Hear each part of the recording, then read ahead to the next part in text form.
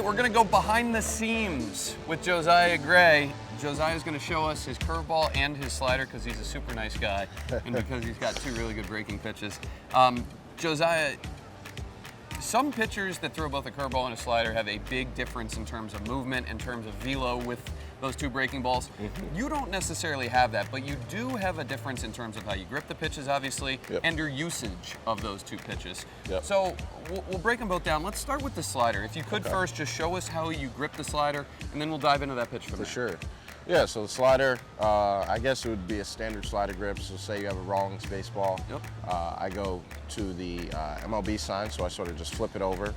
And then my middle finger is on that seam, and then the index finger is right next to it. So I'm gripping it pretty hard, pretty firmly. Middle finger, just, I want that to be my sort of pressure point.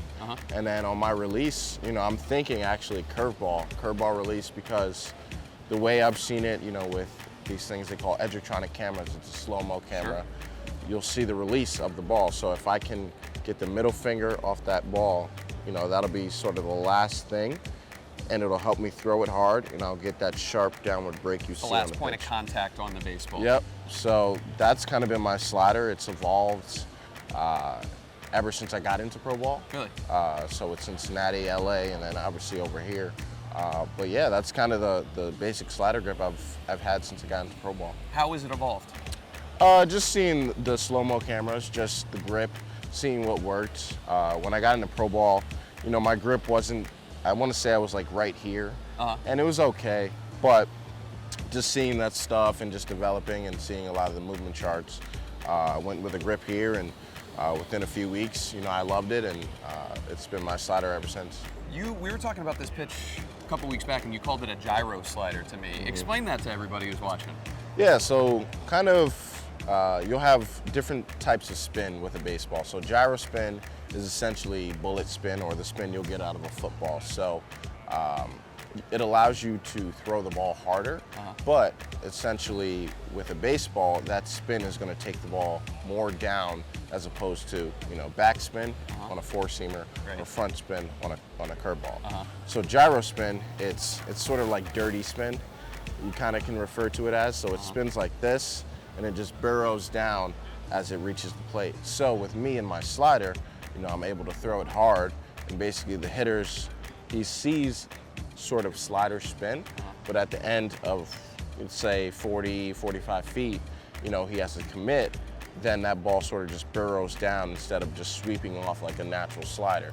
So, and just learning pitching and learning the way the ball moves, you know, I've kind of adapted to the gyro slider, and it helps that I throw it hard and command it, because, you know, when you do those things, it opens up a lot of possibilities in the strike zone. You get a really good whiff rate on the slider. It's something like 47%. It's pretty high. Is the gyro spin, you think, a big part of the reason why that's the case? Yeah, I think it's definitely a benefit. Just the way, you know, the ball is perceived to the hitter. You know, they might think it's going one way, it goes another way, or, you know, it drops down more. Also, throwing it hard is a super big benefit in throwing breaking balls, because, you know, it gives the hitter less time to react. Also, the way I throw, you know, I'm super low release height, you know, sort of a different approach, I guess, than a natural, I guess, whatever the hitter has seen before. So a culmination of different things, but yeah, the gyro spin definitely helps get whips, get off the barrel, things like that. Okay, so we got the horseshoe here, kind of go across it, right? Right at that Major League Baseball logo. Middle finger on the seam, index finger right off it, and feel the pressure on the middle finger. The pressure. Let's go into the curveball now, and I believe I remember you saying you throw kind of a spike curveball, is that right? Yep, so it's a spike curveball.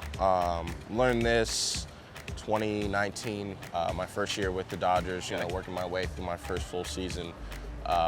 Didn't really have a feel for it in spring training when it was introduced to me, and sort of just scrapped it. So, you know, I was fastball, slider, changeup, and I got to high A ball, Rancho Cucamonga, had a pitching coach, Connor McGinnis, who's now the assistant over there in LA. He was like, hey, what happened to that curveball?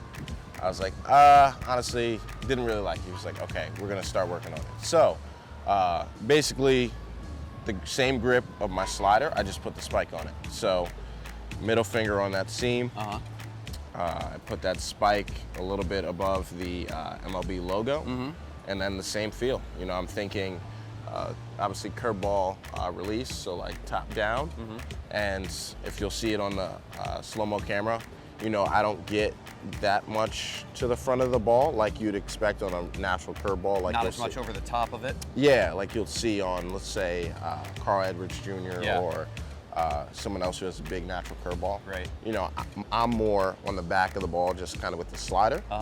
But having that index finger, it allows that ball to sort of like induce more top spin. So it'll still get the gyro spin, but I'll have a little bit more top spin, so it'll be a lot more vertical break compared to the slider. That's fascinating. Yeah. So with the index finger, when you are doing that spike grip, for fans that aren't familiar with what your intent is with that finger, are you trying to dig the nail into the ball? Is it more just a matter of pressure? What are you trying to do with that? Yeah, so as I've adapted, I tried like putting my nail into the ball to sort of induce more top spin, but it just was uncomfortable. So I'm more just pat of the index finger. Okay. Just right here, like just thinking about keeping it right there. And honestly, most times I don't really feel that index finger. I'm just feeling that middle. I know the index finger is there, but it's more so just a guide, you know? I know my throw, if I hit it right, you know, I'll get that spin. But I'm not really thinking about the index finger most of the time. So with the slider, you're focused a lot on the pressure on the middle finger.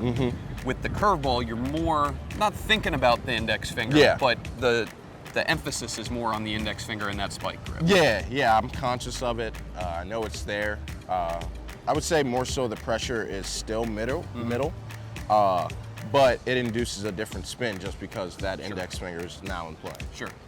So you throw the slider primarily to righties, the curveball primarily to lefties, but you do throw both pitches to both-handed hitters. Of course. Take us through your approach with those two breaking balls and how you like to implement them. Yeah, so I'd say to righties, you know, the curveball is, I would say the curveball and the slider are both early count pitches and late count pitches. I know I can finish a hitter late with them both, get a swing and miss, get off the barrel. I know I can get an early strike with both as well. But yeah, my thoughts are honestly just keep it in the bottom third of the zone, throw it hard, you know, and sort of just get that late breaking movement so the hitter's not, you know, seeing it early to where they can sell out for it and hit it hard. You know, I just want to think about throwing it hard, full intent, and keeping it in the bottom third in the zone, and more times than not, you know, it's a successful pitch. If I throw it for a ball, that's fine. Want to miss more down compared to up. Even though, you know, high breaking balls, you can still get some strikes, and hitters are obviously caught off guard with that at times. But yeah, that's kind of the mentality with both of the pitches towards righties, and then lefties. You know, obviously being a right-handed pitcher, lefties have better splits against you. Swing and a miss on a diving curveball. Curveballs, I love using it early. I think, you know, if the hitter's prepared for a heater and I can throw an early curveball strike in a good location, you know, using bottom third or even, you know, outer half of the zone, I can get an early strike. And it opens up the count. It opens up room for the fastball to play, you know, off of that, or another curveball, something like that. And then with the slider, my last start against Texas, I actually started using the slider more to lefties, and it was super successful. Continued to throw it hard, bottom third of the zone, get under the barrel, get some swing and misses. So my main points are honestly just throwing it hard, keeping it at the bottom of the zone, and, you know, the hitter's going to tell me if they're seeing it or not. So if they're seeing it, you know, that's when, you know, it's time to adjust. But, you know, if I'm getting off the end foul balls, or I'm getting weak pop-ups or swing and misses, obviously, that's when I'm more inclined to go back to it or set it up again or stuff like that. So again, for fans watching at home, slider, middle finger on the seam there with the index finger right off of it. I'm thinking pressure on the middle finger. Pressure on the middle. And the slider, same type of grip. With that spike index finger. And conscious of it, not thinking about it all the time. Not thinking about it, just conscious of it, and knowing that it's there, and it's going to elicit a different movement than the slider more times than not. Josiah Gray taking us behind the scenes. Josiah, this is awesome. Thanks so much. Absolutely. Thank you.